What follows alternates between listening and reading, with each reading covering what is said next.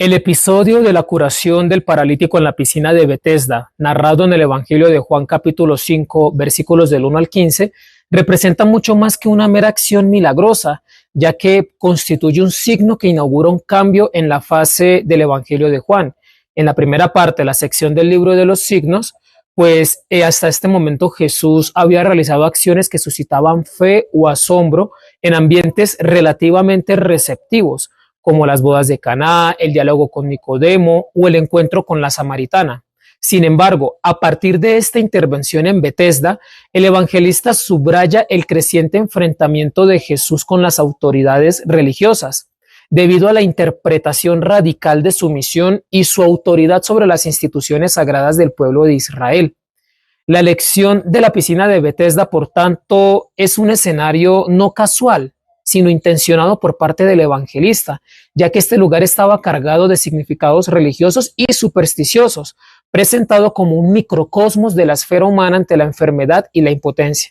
Pero también era un espacio en el que la acción salvadora de Dios irrumpía de modo inesperado y gratuito, y uno quedaba curado. Jesús aquí se presenta entonces como quien da vida de forma soberana, sin necesidad de medios mágicos, rituales intermediarios, simplemente manifestándose como el verdadero sanador, como el portador de una vida que no depende ya de las agitaciones esporádicas del agua, sino de su palabra eficaz.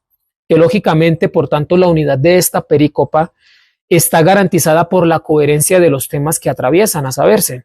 Primero, la manifestación de Jesús como quien otorga la vida y da la sanación, pero también la confrontación con la ley del sábado y por tanto un proceso de reconocimiento individual en la figura del paralítico y también pues los conflictos con el pueblo judío. Por tanto, según Valtimborg, este relato no puede ser sesgado, sino que se despliega con unas consecuencias inmediatas en la esfera religiosa y social. De ahí que la segunda parte del capítulo 5 nos hable ya un discurso propio de Jesús, en el cual no ahondaremos en este video. Por tanto, hay una creciente tensión, desde la mera pasividad del enfermo que se pasa por la iniciativa de Jesús al anonimato de ser conocido. Tanto Jesús como el enfermo empiezan a ser conocidos en la esfera pública, y pues Jesús a ser confrontado efectivamente. Por tanto, de manera textual, exegética, la primera sección de esta perícopa, los versículos 1 y 2, nos habla de la piscina de Betesda como tal.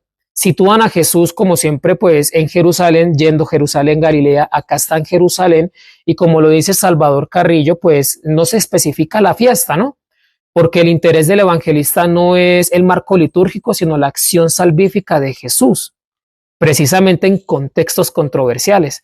El lugar concreto donde se desarrolla, por tanto, es la piscina de Betesda, ubicada cerca a la puerta de las ovejas en el recinto norte del templo de Jerusalén. El nombre en su forma aramea, Bet-Hesda, significa casa de misericordia. Es un detalle que, como lo advierte Salvador Carrillo, posee un valor simbólico decisivo. La piscina tradicionalmente estaba asociada a prácticas de curación, un espacio donde la religión y la superstición se entrelazaban con una desesperanza por tantos enfermos que acudían, ¿no? Excavaciones arqueológicas recientes han confirmado la existencia de una doble piscina separada por un muro con 5 puertas, construido sobre el muro divisorio del templo.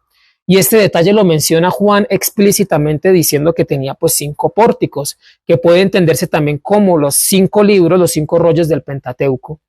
Por tanto, por un lado está la expectativa de la sanación en este lugar de los enfermos congregados, y por otro lado aquí se respiraba una futilidad de esfuerzos humanos dependientes de circunstancias azarosas como el movimiento del agua para poder ser tocados con un golpe de suerte, con un golpe de gracia.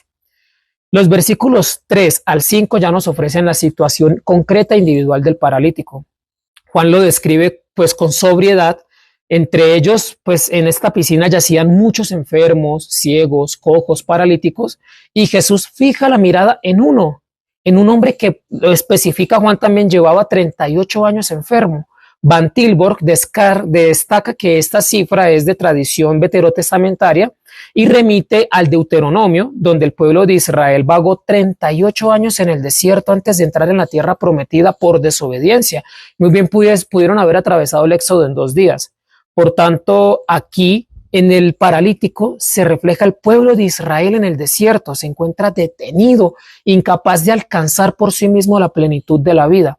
Teniendo ese contexto existencial, se pasa de los versículos del 3 al 9a, donde está el diálogo y el encuentro. Jesús toma la iniciativa, no responde a una petición de ayuda, sino que al ver al hombre y conocer su estado, se le acerca y le pregunta, ¿quieres quedar sano?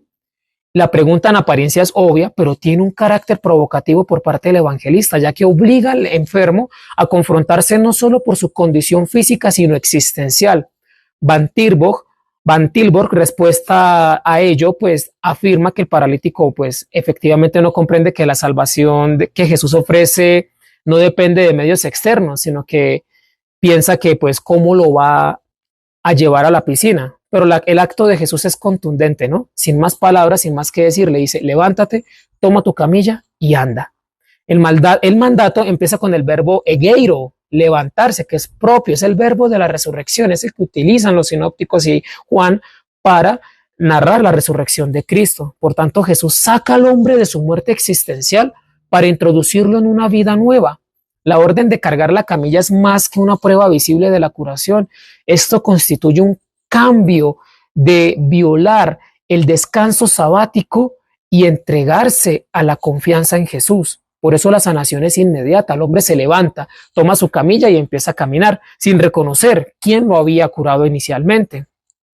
Por tanto, aquí se ve la autoridad divina de Jesús ante tantas supersticiones cargadas en este lugar y en Jerusalén, el lugar del templo.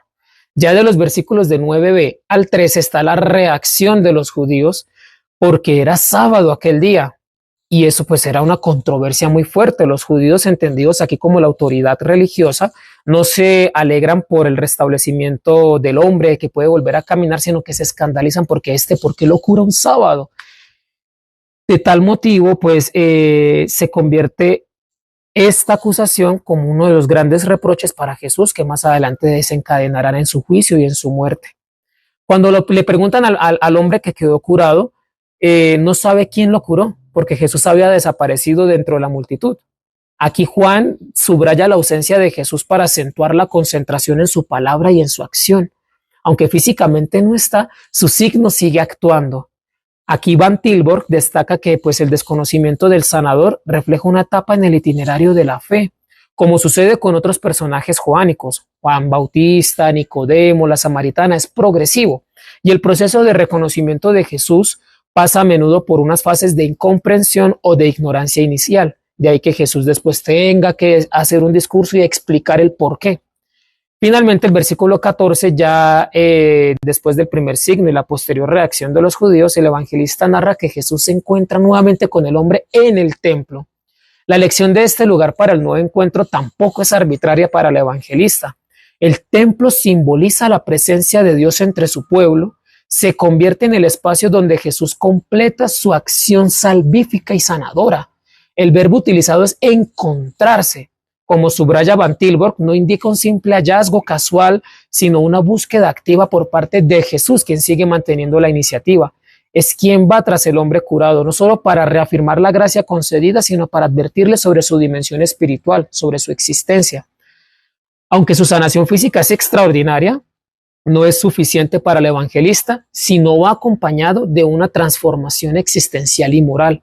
Por eso la exhortación de Jesús es contundente, es tajante. Mira que has quedado sano, no peques más para que no te suceda algo peor. Salvador Carrillo aclara que Jesús no suscribe de manera mecánica esta teología retributiva, sino que el pecado del que Jesús previene no se refiere a un acto particular que habría causado la parálisis, sino pues la vida nueva que ofrece Él como la palabra hecha carne, ¿no? La expresión algo peor apunta al juicio escatológico, por tanto, y la posibilidad de una muerte eterna como consecuencia de una vida cerrada a la gracia ofrecida por Cristo.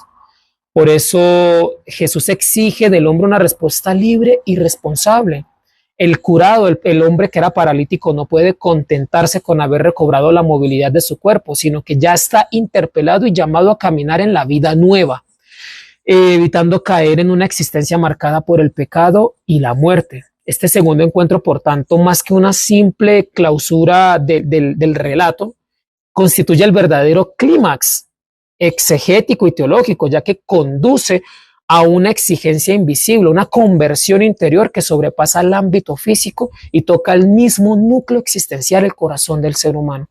El último versículo ya es el testimonio y acá pues el relato culmina con las palabras del hombre sanado ante los judíos. Aquí se plantea una cuestión interpretativa que ha sido objeto de debate por muchos exegetas. ¿El hombre actúa como un traidor que delata a Jesús o como quien proclama la identidad de su Salvador de manera agradecida? Van Tilburg señala que pues algunos de los eruditos ven en el verbo se fue una connotación negativa, similar a la utilizada en Juan 6:66 para describir a los discípulos cuando abandonaron a Jesús. Sin embargo, Salvador Carrillo ofrece una interpretación más positiva. El verbo anunciar, angeló, utilizado en el texto tiene otros contextos joánicos con una connotación pues de proclamación gozosa, alegre. Por eso desde esta perspectiva el acto del hombre no sería una denuncia contra Jesús, sino un testimonio espontáneo, eficaz, vivo, de gratitud y de reconocimiento. Aunque su comprensión del misterio de Jesús sea todavía limitada, su actitud refleja una respuesta básica de fe. Reconoce a Jesús como el autor de su corazón y lo proclama ante las autoridades judías de la época. Sin embargo, esto no tiene unas consecuencias neutrales. Al identificar públicamente a Jesús como aquel que lo había curado en un sábado, el hombre contribuye quizás inconscientemente a intensificar el conflicto que irá creciendo hasta la condena y muerte de Jesús. El testimonio de la gracia recibida se convierte paradójicamente para este pasaje en un elemento que precipita la hostilidad de los dirigentes religiosos hacia Jesús. Pasando a un contexto literario más amplio, el relato de la curación en la piscina de Betesda se sitúa en un punto de quiebre dentro del Evangelio de Juan. Hasta ese momento los signos realizados por Jesús habían generado sobre todo admiración, apertura o una fe incipiente. La transformación del agua en vino en 2 del 1 al 11, la purificación del templo, el encuentro con Nicodemo en el capítulo 3, el diálogo con la samaritana en el capítulo 4 y la curación del hijo del funcionario real al final del capítulo 4 son los signos que manifiestan las diferentes formas y la novedad del don de Dios que Jesús traía al mundo consigo, ¿no? Sin embargo, desde el episodio de Betesda se marca ya el inicio de un nuevo momento narrativo. Los signos de Jesús ya no serán acogidos de manera ingenua o entusiasta, sino que provocarán rechazo y conflicto. A partir de Juan 5, el ministerio de Jesús se desarrolla bajo el signo de la controversia. La curación en sábado y la interpretación teológica que Jesús ofrece de su actuación, que es el discurso del 15 al 47 dentro del mismo capítulo 5, van a desencadenar una oposición por parte de los judíos que va pues a culminar en su condena y en su muerte. Salvador Carrillo señala esto, que la importancia del episodio no solo reside en el milagro, sino en su función como catalizador del conflicto, al sanar en sábado y al justificar su acción apelando a la actividad continua del Padre, como lo afirma Jesús en boca de Juan, ¿no? Mi Padre trabaja siempre y yo también trabajo, y así inicia su discurso, ¿no? Con esto Jesús cuestiona radicalmente la interpretación dominante de la ley y de la relación de Dios con el mundo. En efecto, Jesús no se niega a la santidad del sábado, pero la reinterpreta a la luz de la obra creadora y vivificante de Dios, que no cesa nunca, ni siquiera en el día de descanso. Por eso que también el séptimo día sea también considerado el último día de la creación, donde no hay un aparente descanso, sino una acción ya más transformadora y vivificante, porque Dios actúa. Dios se sigue manifestando y sigue pues comunicando la gracia.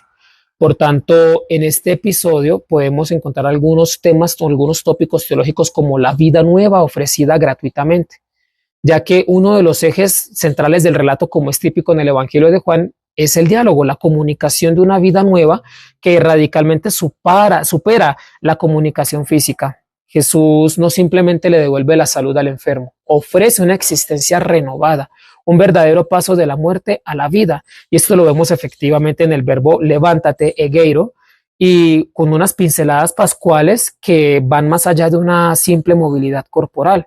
Salvador Carrillo afirma que la curación simboliza la recreación del ser humano caído. El paralítico inmovilizado por 38 años representa toda la humanidad detenida en su marcha hacia la vida plena. La palabra de Jesús no solo sana, sino que recrea, inaugura una existencia nueva, fundada y fundamentada en la gracia que es otorgada por Cristo. En síntesis, al contemplar en conjunto el relato de la curación del paralítico en la piscina de Betesda, emerge con claridad la intención profunda del evangelista: presentar a Jesús no solo como un taumaturgo, sino como el Hijo que comunica la vida definitiva, superando las expectativas humanas y las estructuras religiosas de la época.